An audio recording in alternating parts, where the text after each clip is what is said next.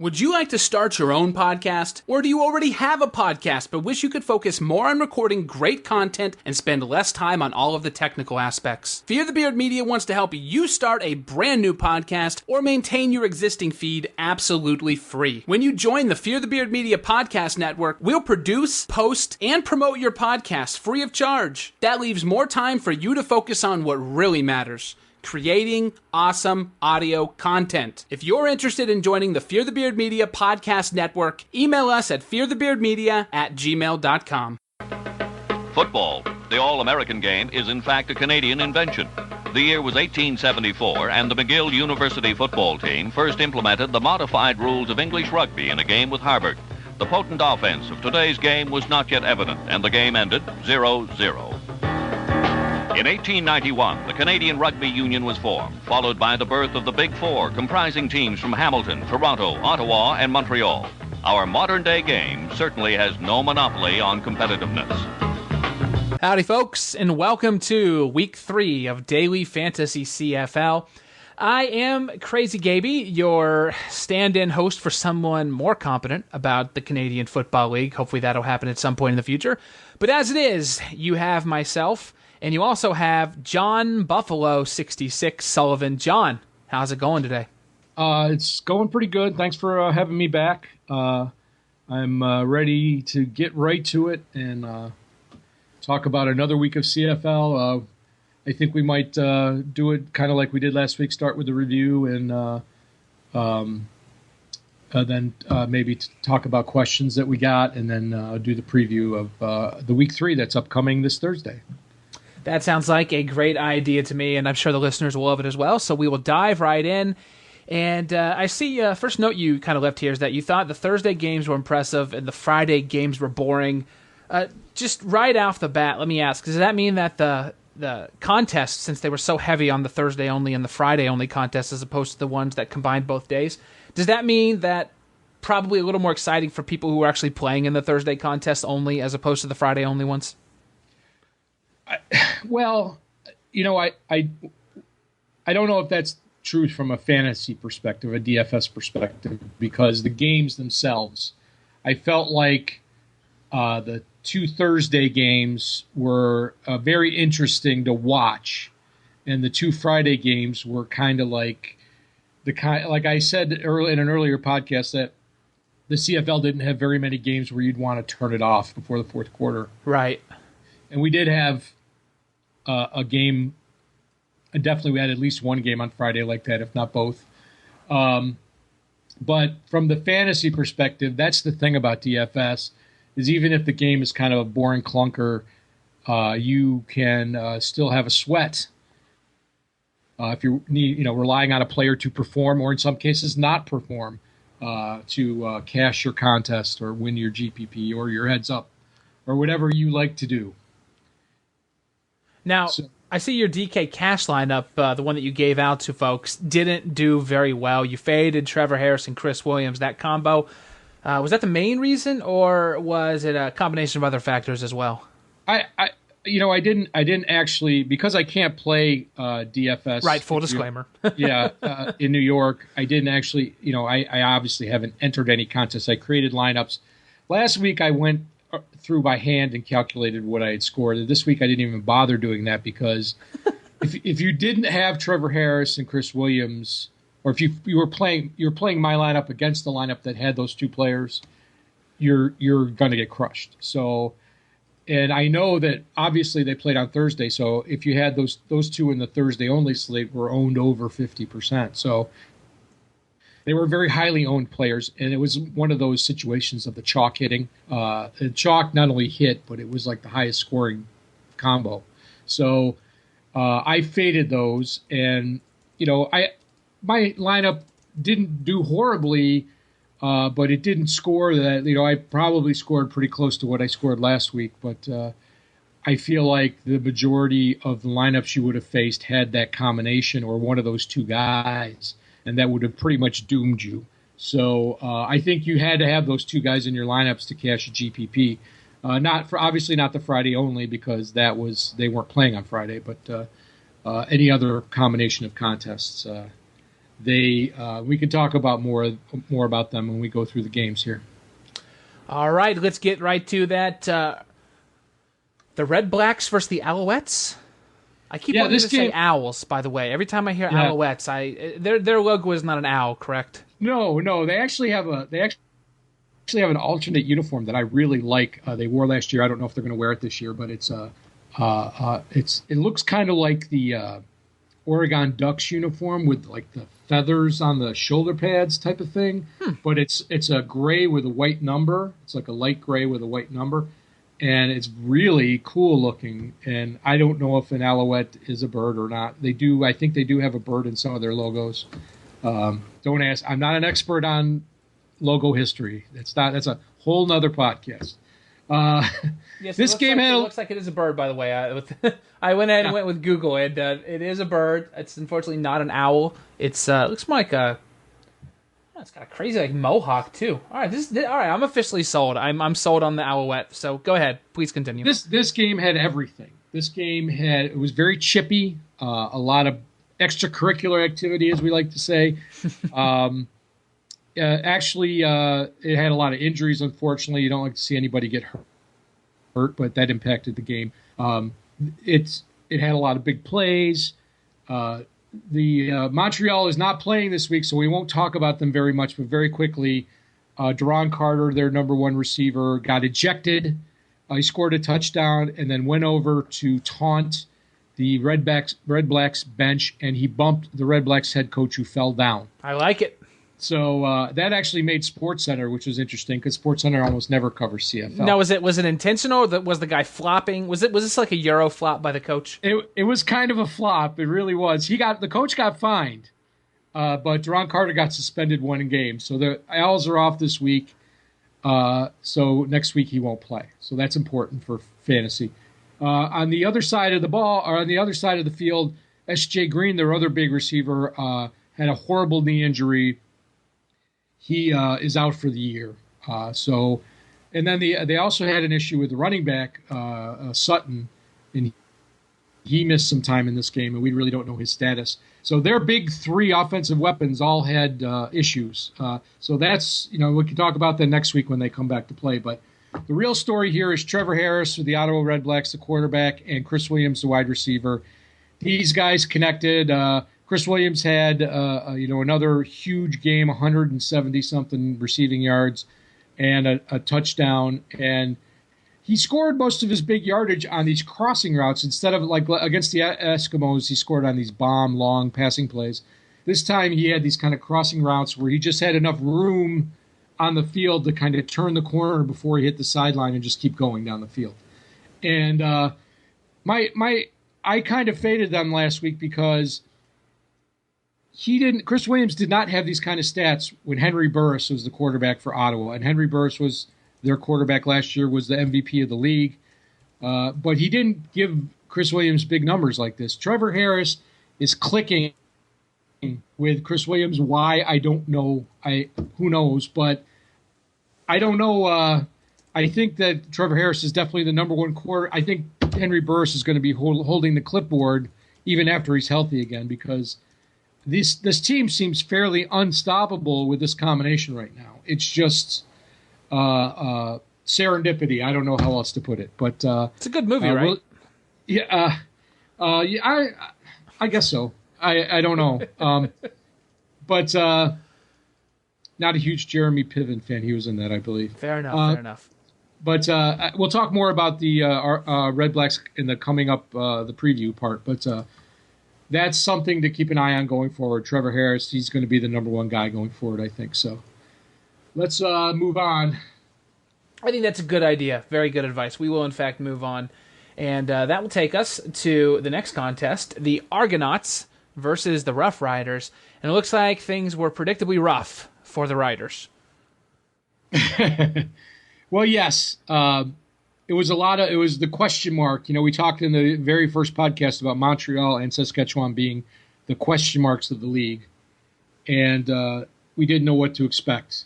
And last week I talked about the CFL being a parity league and teams, rebounding from peaks and valleys, or, and this is a classic parody rebound game.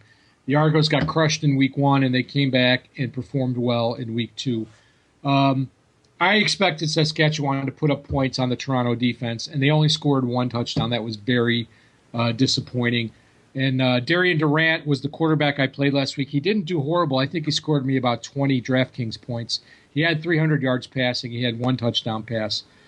He made it through the game, but I noticed in the second half that he was limping, and he didn't have any mobility at all. And he was known as a rushing quarterback before his multiple years of injuries. Actually, 37-year-old Ricky Ray had more rushing yards than Darian Durant had.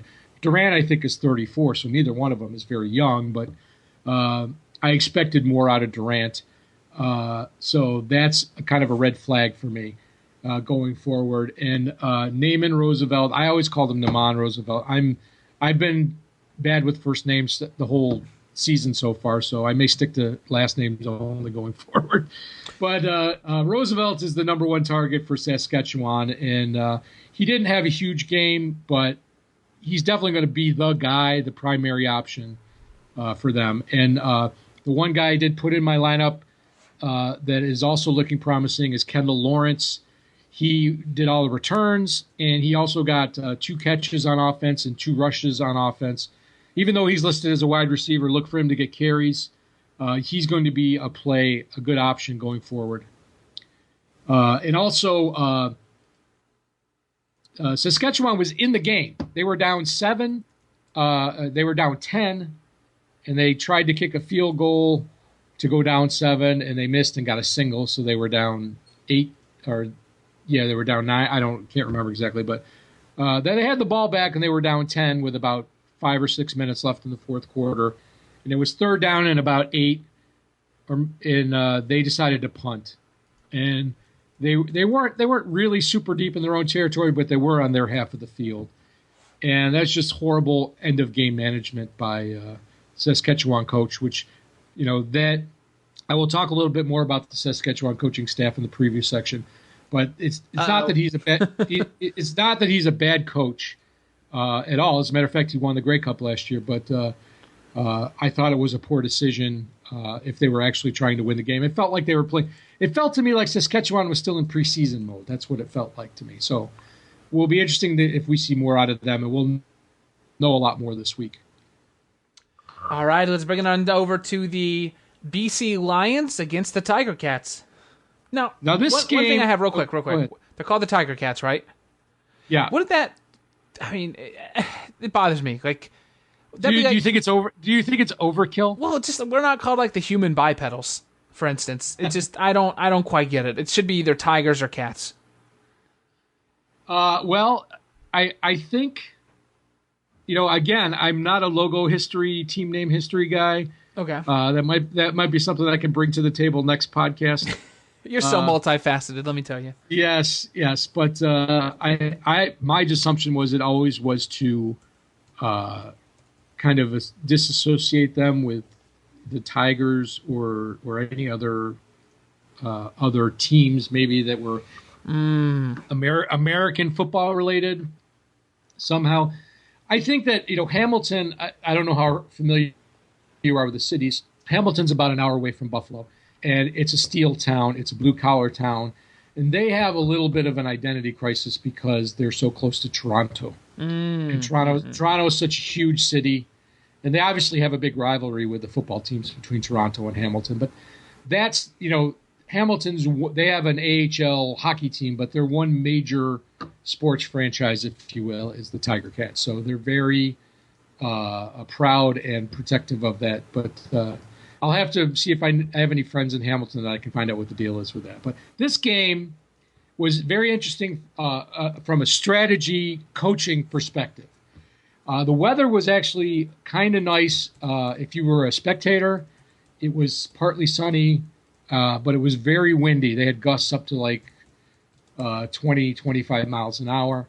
Made the kicking game very, very bad, difficult. And I believe there were 4 singles in the first half because nobody could hit a field goal. But what was interesting to me was the way the coaches attacked this game. BC was going into the wind in the first quarter. So what they did was they kept the ball on the ground and they tried to grind out the clock as much as possible. And obviously Hamilton had the wind at their back, and they, were passing the ball. And then when the roles were reversed, BC got into more of a passing game, but Hamilton, still, when the wind was in their face, they still tried to force the passing game, but they didn't. They did short passes, obviously. They tried a lot of, 5 to 10 yard routes. And it kind of blew up in their face. Jeremiah Masoli, I should say, was crappy. He was horrible, and I was expecting that to come, any day down the pipe. I said, this guy is not a consistent quarterback. That's why he has not been a starter in the league. I don't mean to crap on the guy, but he had some very good games. But this is what you can expect from him. He's going to be the great unknown. He's there, just like I said, he was going to have a crappy game at some point. He's going to have another awesome game at some point. He's just not going to be a consistent quarterback. He had a couple of picks, and he could have had 5 picks in this game. There were 3 passes that he threw directly. I mean, like with not one of his receivers in the picture, to a BC defensive back that just dropped the ball. And that could have been the receiver running a bad route. I don't know. But this game was one of the Friday games. And, by halfway through the third quarter, I think it was 20-3 or 21-3. And it was, it was just like, all right, let's just get this over with. Because the Tiger Cats couldn't move the ball. So if I was very surprised of a couple things. Number one, that Brandon Banks did not get any carries. If the passing game is having trouble and you can't get the ball into this guy's hands, hand it off to him, give him a sweep. That's what you did last year. So that didn't happen, and that surprised me. But if this guy can't get his form back, this team is going to struggle offensively. I said that last week, and I'm saying it again. So maybe they'll have a better weather game, and it won't matter, and they'll find their way again. But it was very interesting. It was very important to note that. I think for BC, the running back missed some time in this game. I don't know how serious his injury is, but I think a guy named Shaq Murray-Lawrence came in to replace him, Jeremiah Johnson. The thing that bothered me about BC is that Jonathan Jennings, their quarterback, hasn't gotten any goal line carries. And Sean Gore had I didn't have a big game. I think he had like 3 catches for 79 yards or something along those lines. He got like half the targets he got in week 1, but he did rack up a big play or 2. So he's somebody that has big playability, and he's super cheap on DraftKings. So that's something to keep in mind. And then one of the players I targeted in week 1, Manny Arsenault, had a big game, had a touchdown and decent yardage. That's kind of what I expected out of him in the first game. So I was off by a week on him and a couple other players, but I was, aiming in the right direction with my choices there. Aiming in the right direction is always a good way to start, right? At least you know you were on the right path, I guess. That's going to be our first That's What She Said joke of the year. Jeez. Anyways, Blue Bombers, Stampeders, these are 2 names I can get behind. No fucking Tiger Cat bullshit. Tell me about this one here, because it looks like we had a nice little shootout going on in this game.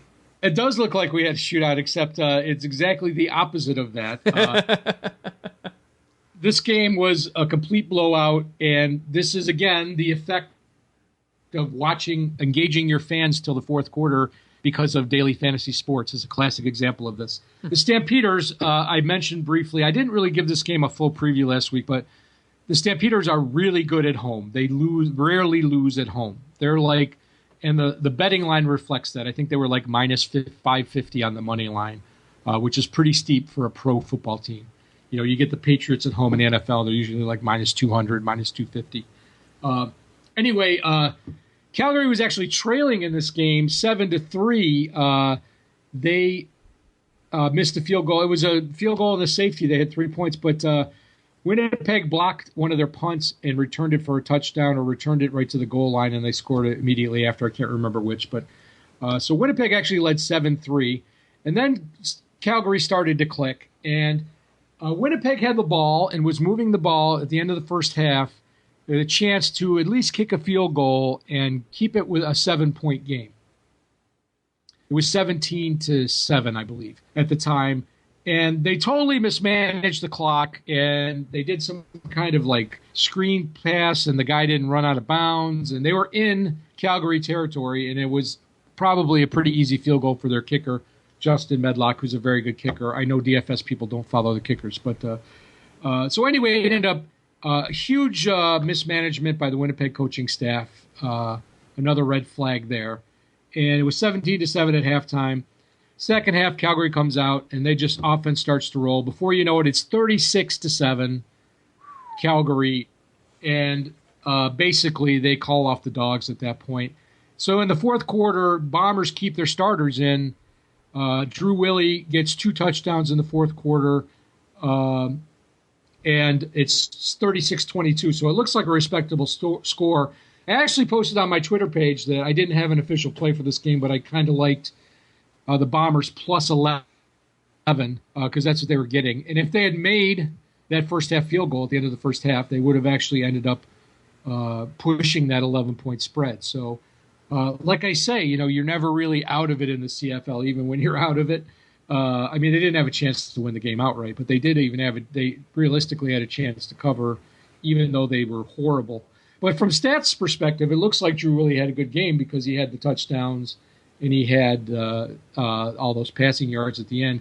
Andrew Harris, who I've kind of anointed as the number 1 running back option, he only had 13 yards rushing in this game, but he did catch 9 passes for 87 yards. So that means even when they had a horribly crappy day, he's still going to get touches and make some things happen. Kind of proving himself to be a cash game staple.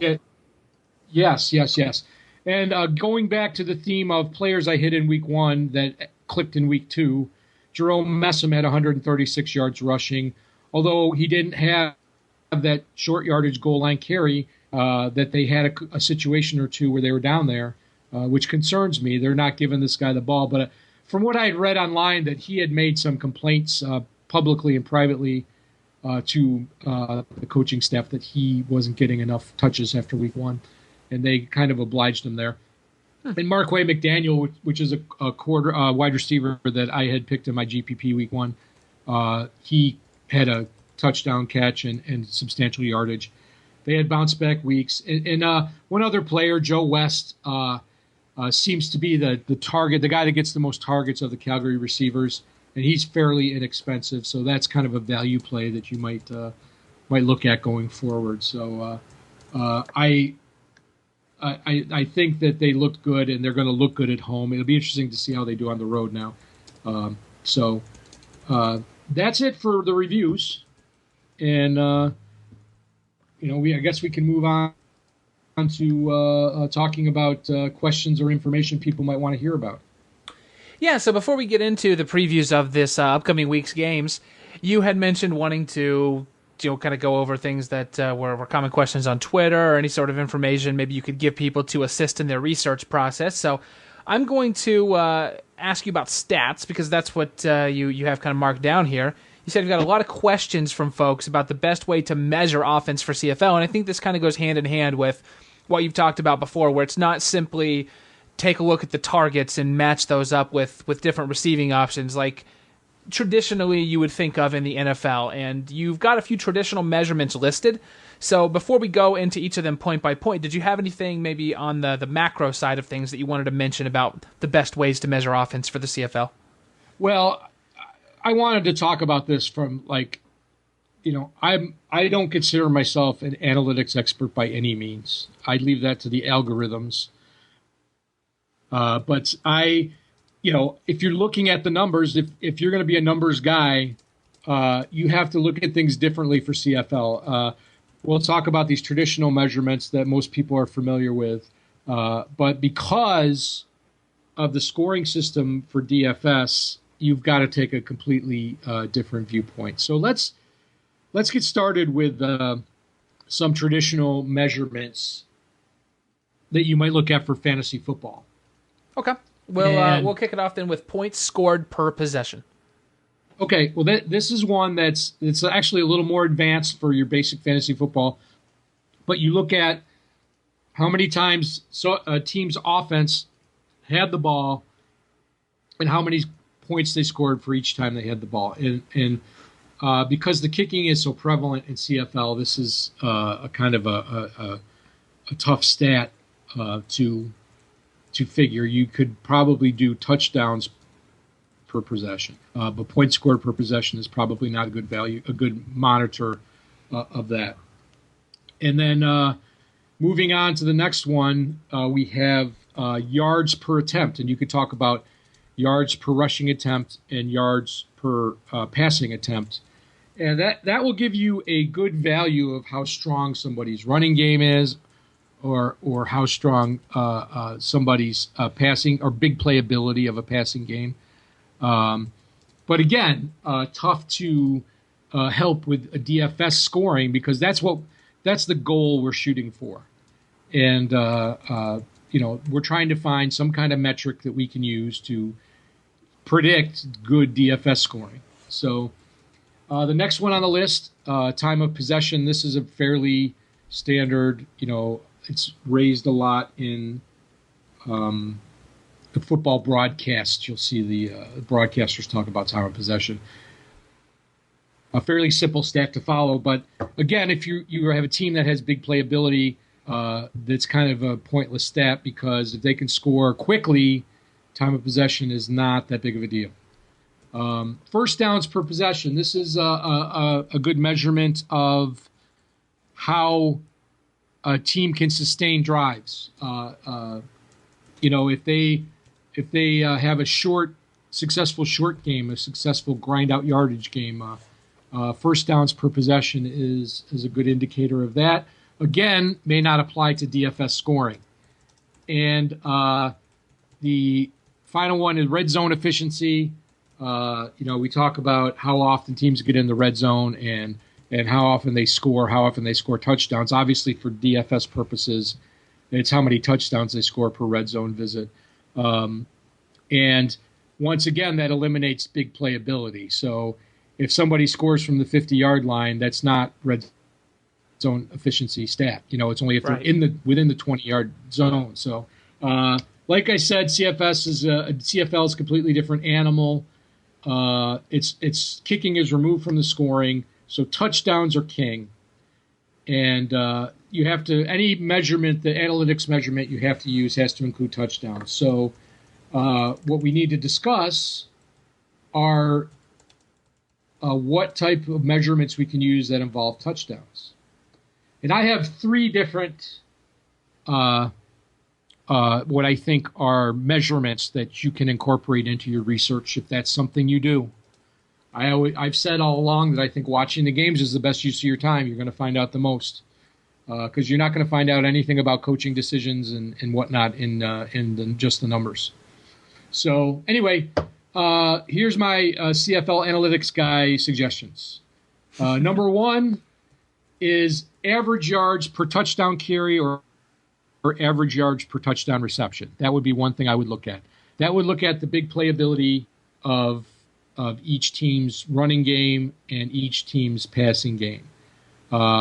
If you see a team, like I would expect that a team like Hamilton would have a lot of their average yards per TD reception would be shorter. They have a lot of 20, 15-yard touchdown receptions, and a team like obviously Ottawa with Chris Williams had all those bombs, those long touchdown passes.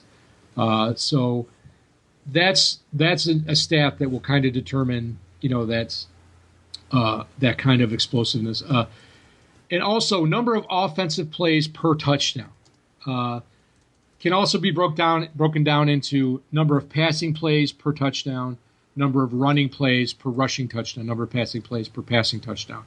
Both of those stats that I just talked about will help determine the big playability of each offense. In other words, their ability to score quickly. If you notice a team that has a high average yards per touchdown, it means they have a big playability. But if you have number of offensive plays per touchdown, that also means they have ball control. And so that's good. If they're good on both of those metrics, that means they're more of a safer play on the offensive side. And I have one more stat that I decided to spout off here, and that's end zone target efficiency. And this is the number of times passes were thrown into the end zone versus the number of times passes were caught in the end zone. So this eliminates what we call the bomb play, like I said, like a 40 or 50-yard touchdown pass, but shows how good offenses are in finishing in the red zone. And that's something that's, if you know that the team is good in finishing in the red zone, then you know that when they get in the red zone, your projected wide receiver is going to get that target or is likely to get that look for that touchdown. And like we said, touchdowns are king, and that's what you're looking for. And those touchdowns are make or break for you cashing in your contest or winning your GPP. Amen, my friend. Amen. Is there anything else you would like to add in terms of stats folks can research, or anything you think they should be looking at when they are doing their research to set themselves aside from their opponents? Well, I just, all I'm saying is, they can use my suggestions or not, but they need to think of the analytics in terms of how it's going to help their scoring.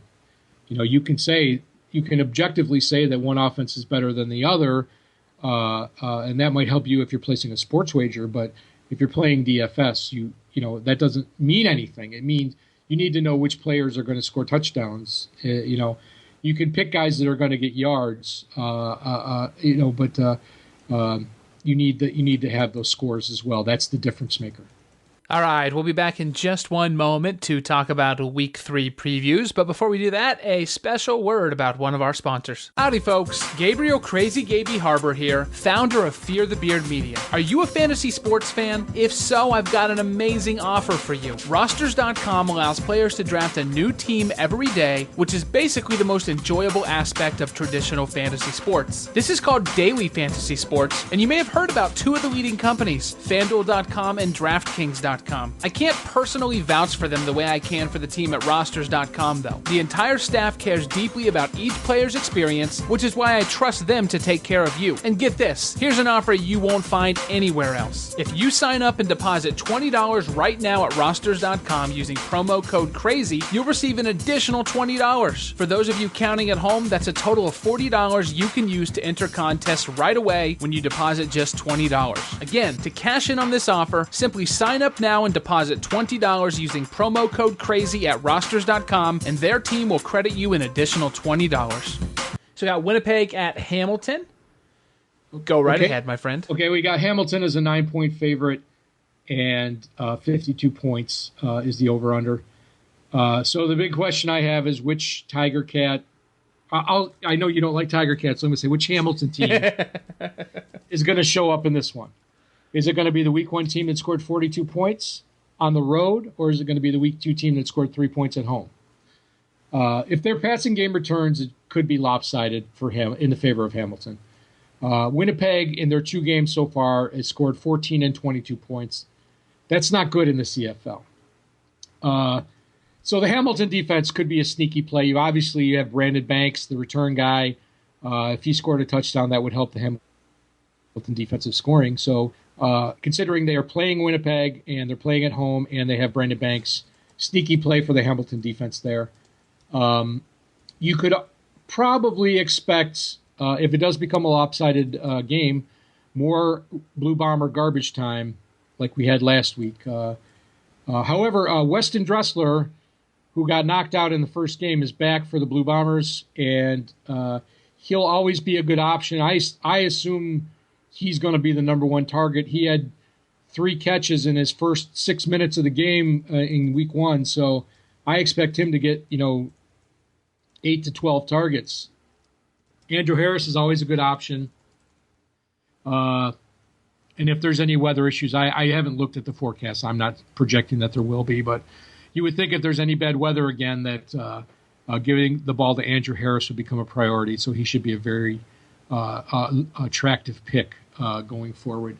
Again, if the line got to 11, 12 points, I might actually think Winnipeg, because, just what happened last week, they were down 30 points and they almost covered plus 11. So, if it gets close to 2 touchdowns there, I might even take Winnipeg there. I don't have an opinion on the over-under, but that's pretty much how I feel about that one. All righty. Moving on to Toronto at BC. All right, British Columbia Lions are 2-0. I think that surprised a lot of people. Toronto's 1-1. BC Lions are favored at home by 5. The over/under is 50 here. I think you would have to, the BC defense only allowed 3 points last week, but I even think that you kind of lean over here. These teams are kind of due for a big, Toronto scored 30 last week. I wouldn't be surprised to have one of these teams score 30 and the other score 20. Anyway, the Lions' wins have come on basically good defense and special teams. They had the punt return touchdown in week 1, and they had excellent coaching. Their coach is Wally Buono, who's the winningest coach in CFL history. He actually came back from the front office back to the sidelines this year. A little bit of a Phil Jackson move. Yeah, really, it is kind of a Phil Jackson move. But the team is very young. We've talked about that, and there's going to be a few valleys and the peaks this year. So, Toronto has a very suspect defense. They only allowed 17 against Saskatchewan last week, but that was Saskatchewan. If Jeremiah Johnson, the running back for BC, is playing, I like him as a running back option. If not, I would maybe consider Chris Rainey, the return guy, to get a few looks at running back this week. So he may be a very attractive play for those of you playing DFS. And all the BC wide receivers should be looked at. Manny Arsenault, although he's pretty pricey.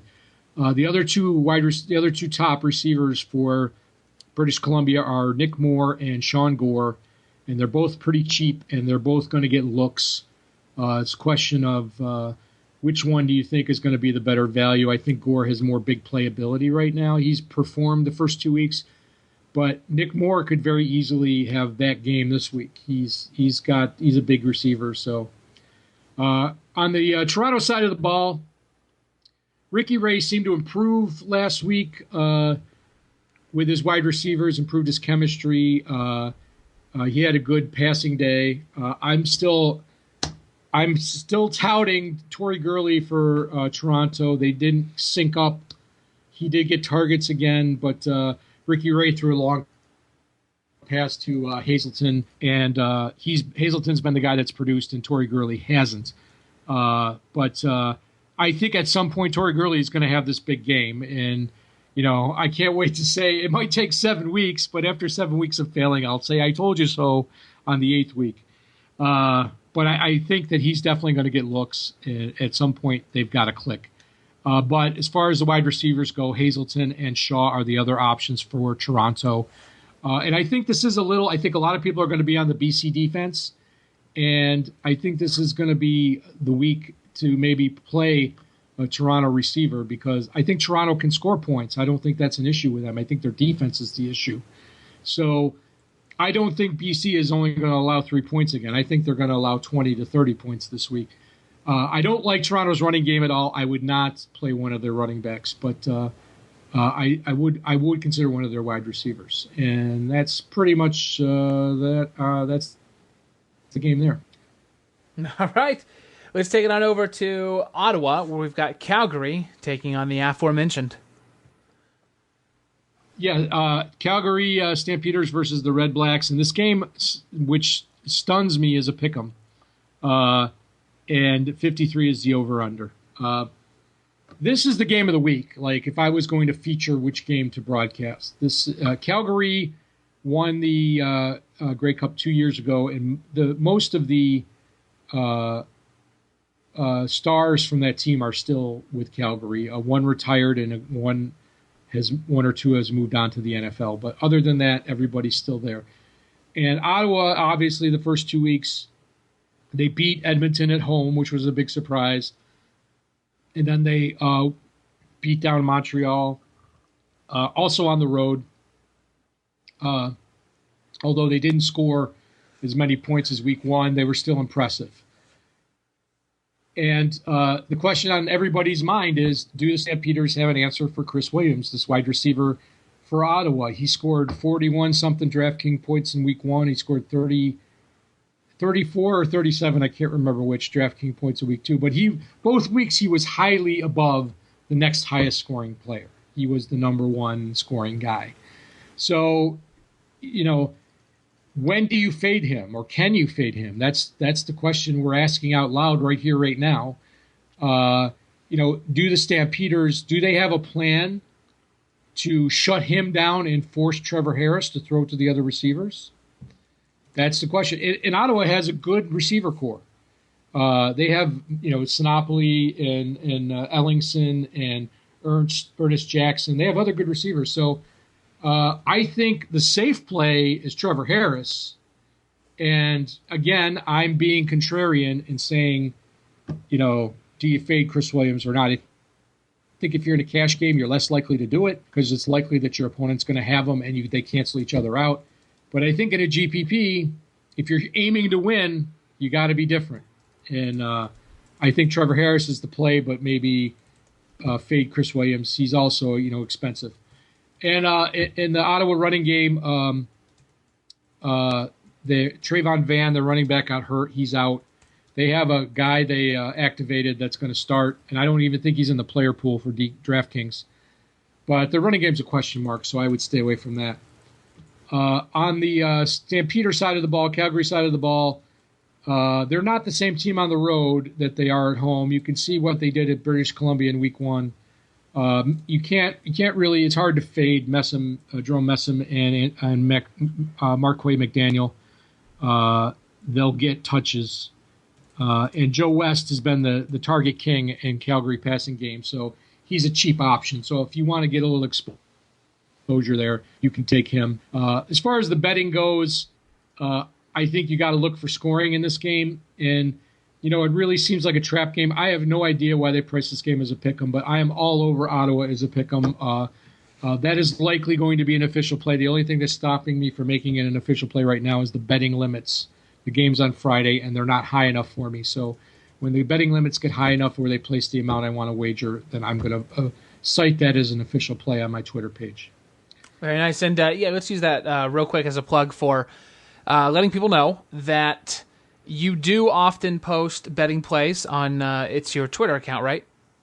Yeah. If you have any questions or comments, or you like to read any off-the-cuff remarks I might have about CFL in general, I usually kind of post comments when I'm watching the games. You can visit my Twitter page at Buffalo Hold'em. And like I said, I'm usually pretty good about answering questions if you have any, and I say what I think about the games, and if I have any betting plays, I always post them there. Very nice. Are we ready to move on to the last game? Yeah, it's the last game on Friday is the Rough Riders at the Edmonton Eskimos, and this is a Western rivalry, and Edmonton is favored by 10. And the over-under is 49.5. And this is a revenge game of sorts. And the reason I call it a revenge game is because Edmonton won the Grey Cup last year, but what happened in the offseason is basically their entire coaching staff was hired away by the Saskatchewan Roughriders. So Edmonton has a lot of their players from last season, but they have a new coaching staff. And the former Edmonton coaches are now going into Edmonton to play the Eskimos. So it's a very interesting dynamic, and I expect it to be a competitive game. Also, Kendall Lawrence, who I like because of his returnability and being involved in the offense, is the former Eskimo, and I think he's got revenge, on his mind too, because he's now playing for Saskatchewan. Edmonton scored a lot of points in week one, and they were off week two. I talked about John White, their running back, being a primary option. He's like the number 2 option overall after Andrew Harris every week for being a safe play. The top 2 wide receivers for Edmonton are amazing. Darius Bowman and Darrell Walker. Either one of those guys is a strong play. I think Bowman is a little cheaper. but they're both priced pretty strongly. And also, Ryan Getzlaff is a receiver for Edmonton who is a former Rough Rider, so it's revenge in the other way.